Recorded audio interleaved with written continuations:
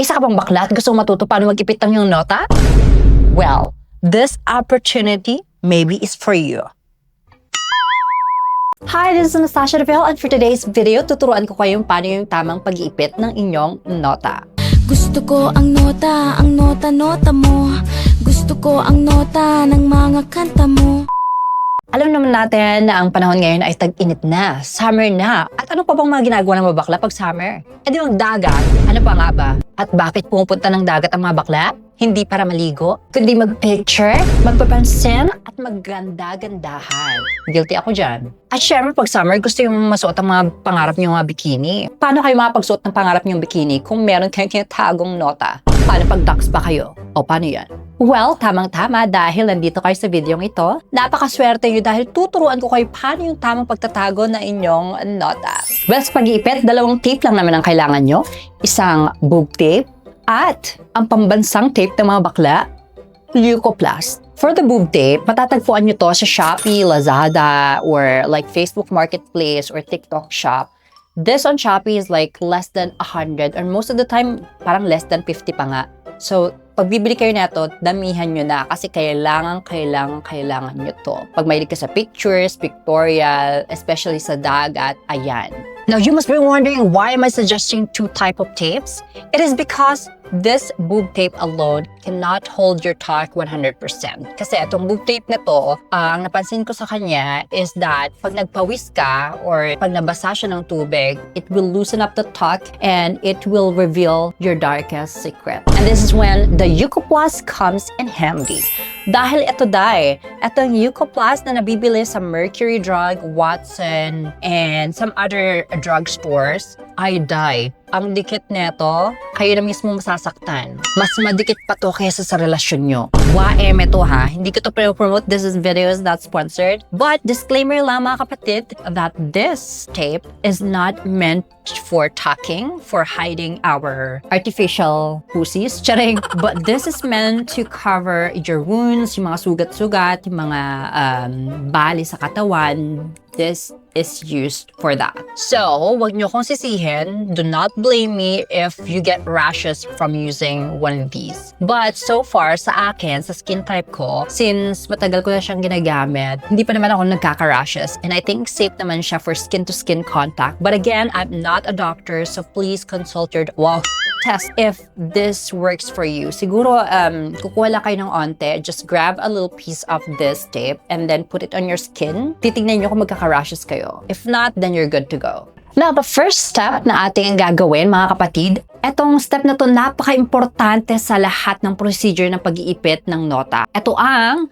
pag-aahit ng bulbol. You have to shave your bulbolism before applying these tapes because if you are not shaved, this might hurt you a lot. Ate, pagtanggal mo na ito, tas bulbolism ka, pagtanggal mo, ay, libreng wax ka talaga, may kasama pang dugo. Gusto mo yon? So before you use this, you have to shave your bulbolism. And then once na nakapag-shave ka na, the one tape that we will be using is ang ating boob tape. So imagine, ito ang ating nota, no? As yung nota natin, may 2 itlog. Ayan. 2 itlog. Okay, just imagine, okay? Hindi ko mapapakita, syempre. Ayoko maban sa Facebook. Kahit gustuhin ko may ipakita sa inyo. Wow. Anyways, so ang first step natin na gagawin is to use our boob tape to wrap around our penis. Start from here sa may balls mo. You have to wrap it here. But before you wrap around your balls, ipupush mo yung balls mo pataas para hindi siya masama sa mismong tape. 'Di ba ang balls natin, our balls can move to different ways, 'di ba? Pag pinupush mo siya, umaangat siya sa almost sa papunta sa tiyan mo. So, yun yung gawin mo. Ipupush mo siyang ganyan, ilalagay mo yung balls mo dito sa may bandang dito. Parang igaganon mo siya and then mapupunta siya dito. So, balat na lang to. Make sure that all that is left here is your scrotum. Alam mo yung scrotum. O, bakla mag-aral ka, bobo ka pa naman. Anyways, yung scrotum is yung balat kung saan nakatago ang iyong testicle. Ang testicle yung balls mo. So, iaangat mo siyang ganyan, yung balls mo, ang matitira na lang is yung scrotum mo. So, yung balat ng itlog mo. Pag naangat mo na yung balls mo, itatali mo na siyang ganyan. Ipapaikot mo siyang ganyan and hanggang sa pinakadulo ng ulo ng nota mo. Ganyan. Parang ganito. There. hanggang sa nakatago lahat. Natago mo na lahat, tapos secure mo na ng boob tape ang iyong nota. It is time for our Yuko Plus. Now, siguro nagtatanong kayo, bakit di na lang isahan na lang yung yung tape? Ate nga, kasi nga hindi nga madikit pag ito lang alone. So, you have to have this. At baka tanongin nyo, bakit di na lang ito lahat-lahat? Ba't kailangan pa ng boob tape if this alone can help you with talking? Again, ate, eto, sobrang dikit neto. This is very sticky. Now, if you apply this directly on your cockroaches, it will hurt a lot. Ate, pagtanggal mo na ito, nasubukan ko na siyang gamitin alone, ate, Diyos ko, konti na lang magdudugo na yung titi ko. It's a no-no, okay? It's a no-no to put this directly to your penis. The reason why I'm using boob tape on my penis alone is because mas loosen siya, mas hindi siya madikit. It's not that sticky. So you can easily remove yung tape. So once na-tape nyo na ng boob tape, ang inyong nota, no? Grab this one and then tape it here. Okay, wait. I-visualize ko sa inyo para may idea kayo. Wait lang ah. So, imagine, nakatali na ako lahat-lahat. Grab your Yuko Plus, eto. Kunwari, eto na lang. For example, this is the Yuko Plus, right? The tape. So, iti-tape mo siya dito. Yan, iti-tape mo siyang ganyan. And then, bubuka ka kang ganyan. And then, hihilain mo yung tape palikod. Ayan, gaganyan mo siya hanggang sa pupunta dito sa likod. Tapos, guguntingin mo siya. Pag nagunting mo siya, okay, ganyan na itsura niya, no? Hindi pa nagtatapos doon ang laban. So, another tape, sa gitna naman, ayan, gaganyanin mo.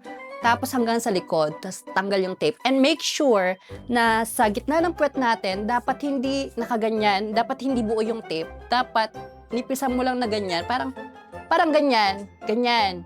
Para hindi halata sa likod ng puwet, parang ganyan. Tapos, make sure mo na sa likod, dito mo lalaparan yung tape. Parang nakaganyan. Ayan, malapad dito yung tape. Ganyan. Tapos, sa gilid naman. Ganyan.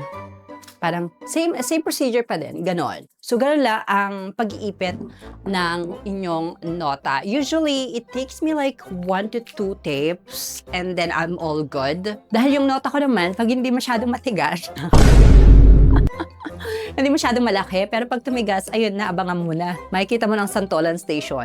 So, ganoon lang kadali ang pagtatago ng inyong nota. Sana may natutunan kayo at sana masuot nyo na ang mga bikining nakatago sa inyong mga kloseta. At ito ate, Diyos ko, eto kahit nalublob ka sa tubig ng 24 hours ate, this is based from my experience, kahit na nasa tubig ka ng ilang oras ate, hindi siya natatanggal. Promise yan. Kahit na kung anong gawin, magtatumbling ka man sa swimming pool or beach, this is not gonna wear off. Kaya gamit na gamit ito ng mga baklang pageantera, mga sumasali sa mga contest, mga bikini open, mga ganon, kasi hindi naman lahat ng mga bakla afford ang bottom surgery. And hindi naman lahat ng bakla open for bottom surgery. Like for me, for example, I'm not open or I don't want to have my bottom surgery, at least for now, because I do enjoy how I alone. So I don't think I would have my bottom surgery anytime soon. Ayoko na magsalita ng tapos, but for now, mas gusto ng mga fam ang may nota.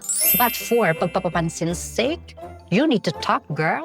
However, since sinasabi ko sa inyo, sobrang dikit neto sa inyong peking pukelya. The struggle you might have with this one is when you kailangan umihi, you need to pee, you need to go to the bathroom and do something. Ate, just disclaimer lang, this is very, very hard and painful to remove, just for you to know. Eto, it always takes me like 10 to 30 minutes to remove entirely out of my peking pukelya.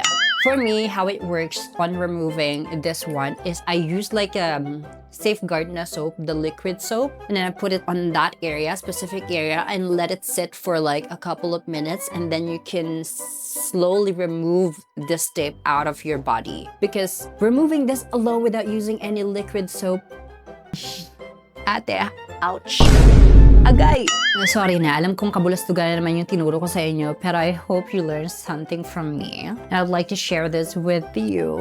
Dahil alam ko sa sarili ko na hindi lang ako yung mahilig magpapansin sa beach. Ikaw din na nanonood, bakit nandito ka pa ha? Papansin ka din kaya nandito ka pa. Parehas tayo. Anyways, I hope to see you again on my next tutorial. Kung ano man yung next tutorial natin gagawin, bahala na. Mag-suggest kayo kung anong gusto yung tutorial and I'll do it. By all means. See you around!